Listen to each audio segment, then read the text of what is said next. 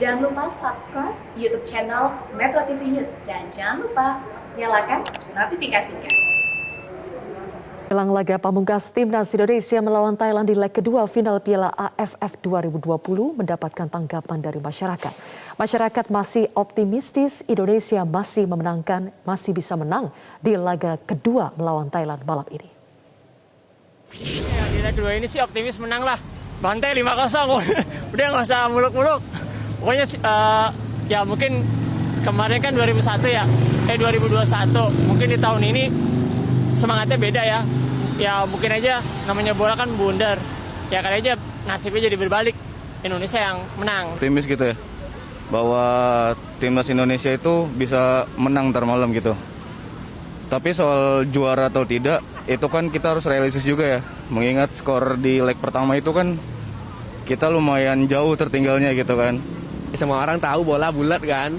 Ya, kalau seandainya nanti ya mudah-mudahan lah Pak. Kita semua berharap ya kan, rakyat Indonesia semua berharap, mungkin semua yang ada di sini berharap untuk ya mudah-mudahan walaupun terlihat mustahil sih, mudah-mudahan bisa ngembaliin keadaan lah seindahnya lah. Optimis Indonesia pasti juara. Menang, paling nggak ada perlawanan. Bagaimanakah peluang Timnas di laga kedua melawan Thailand malam ini? Sudah bergabung dari luar studio pengamat sepak bola Erwin Fitriansyah. Selamat malam Mas Erwin. Selamat malam. Halo Mas Erwin, sebelum mencetak gol ke gawang Thailand, tantangan terbesar Timnas adalah bermain lepas dan tanpa tekanan ya. Apakah itu akan mudah dilakukan Timnas malam ini? Iya, ini akan mudah untuk diucapkan sebetulnya kan ya. Tapi nggak akan mudah untuk dilakukan di lapangan. Bahkan ketika skor masih 0-0 di leg pertama, kita harus akui bahwa level Thailand memang ada di atas tim Asia Tenggara lainnya termasuk Indonesia. Dan dengan agregat ketinggalan 0-4 ini memang sungguh sebuah pekerjaan yang tidak mudah ya. Jadi yang harus dilakukan pertama adalah itu tadi yang seperti dibilang oleh Evan Dimas itu, melupakan pertandingan pertama, lalu tampil dengan tenang, tampil dengan disiplin. Sebenarnya ini udah textbook lah ya.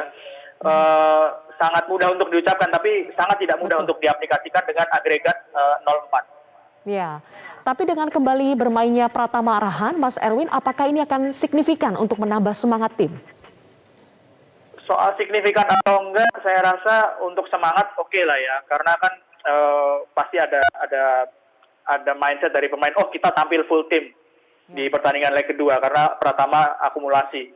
Tapi kan yang harus diingat adalah Pratama tidak bekerja sendirian dan tidak signifikan sekali gitu. Tidak ada Pratama terus kita jadi kebobolan banyak. Tidak begitu juga sebetulnya kan, karena ini kan kerja sama tim. Dan yang harus diingat adalah Thailand juga akan tampil full tim karena kebetulan posisi yang sama di bek kiri, Teraton Bunmatan seperti Pratama juga bisa tampil di pertandingan leg kedua karena sudah sama-sama bebas dari akumulasi kartu. Gitu. Jadi soal signifikan atau enggak tergantung bagaimana kerjasama tim, bukan tergantung dari satu orang pemain sih ya.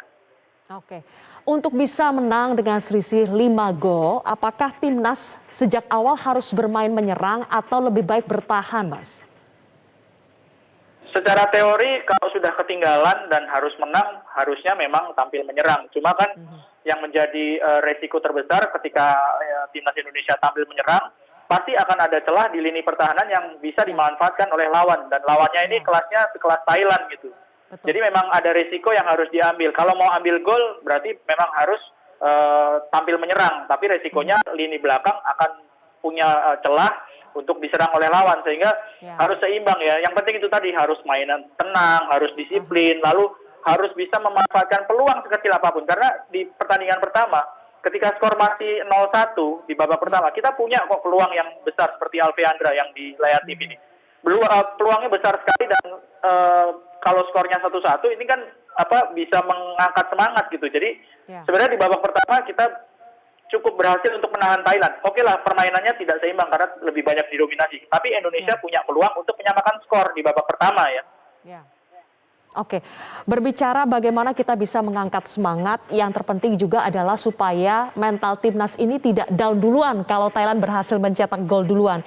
Nah, supaya tidak mudah kebobolan duluan nih Mas Erwin, kita butuh permainan yang spesifiknya seperti apa ya?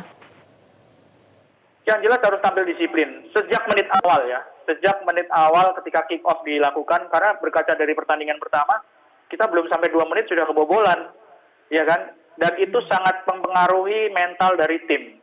Itu diakui oleh Coach Sintayong, karena timnas Indonesia ini dari semua kontestan Piala AFF adalah yang termuda, 23,8 rataan pemainnya. Jadi ketika kebobolan di menit-menit awal dan terjadi di pertandingan final, dan lawannya adalah Thailand yang kita semua tahu gitu bahwa ini tim lagi bagus di Asia Tenggara, ini akan menjadi sangat berat. Jadi kuncinya adalah bermain disiplin sejak menit awal dan berusaha untuk tidak kebobolan di menit-menit awal. Oke, disiplin sejak menit awal. Mas Erwin, terakhir, kalaupun timnas belum bisa menjadi juara Piala AFF kali ini, apakah kita punya modal kuat untuk Piala AFF berikutnya? Ya, kalau dari update yang terakhir saya dengar kan Piala AFF ini kan nanti akhir tahun digelar lagi gitu ya. Karena yang ini kan spesial karena ada pandemi sehingga mundur, sehingga yang berikutnya di tahun 2022 akhir tahun. Nah, dengan progres seperti ini rasanya memang tim ini masih menyimpan potensi, karena ini pemain-pemain masih muda, hanya beberapa saja yang sudah senior. Jadi potensinya memang sangat besar, asalkan ini pelatihnya juga tidak mudah untuk diubah-ubah, untuk diganti lagi, karena kan nggak ada yang instan kecuali kopi dan mie kan. Latihan membangun tim kan memang harus continue, dan benar-benar kompetisi di Indonesia juga harus diperbaiki levelnya, kualitasnya, sehingga menghasilkan timnas yang bagus. Itu sih sebenarnya kuncinya. Baik, terima kasih Mas Erwin Fitriansyah atas analisanya. Kita doakan ya semoga timnas kita bisa bermain disiplin, bisa bermain lepas tanpa beban, dan bisa keluar dari tekanan. Terima kasih Mas Erwin Fitriansyah.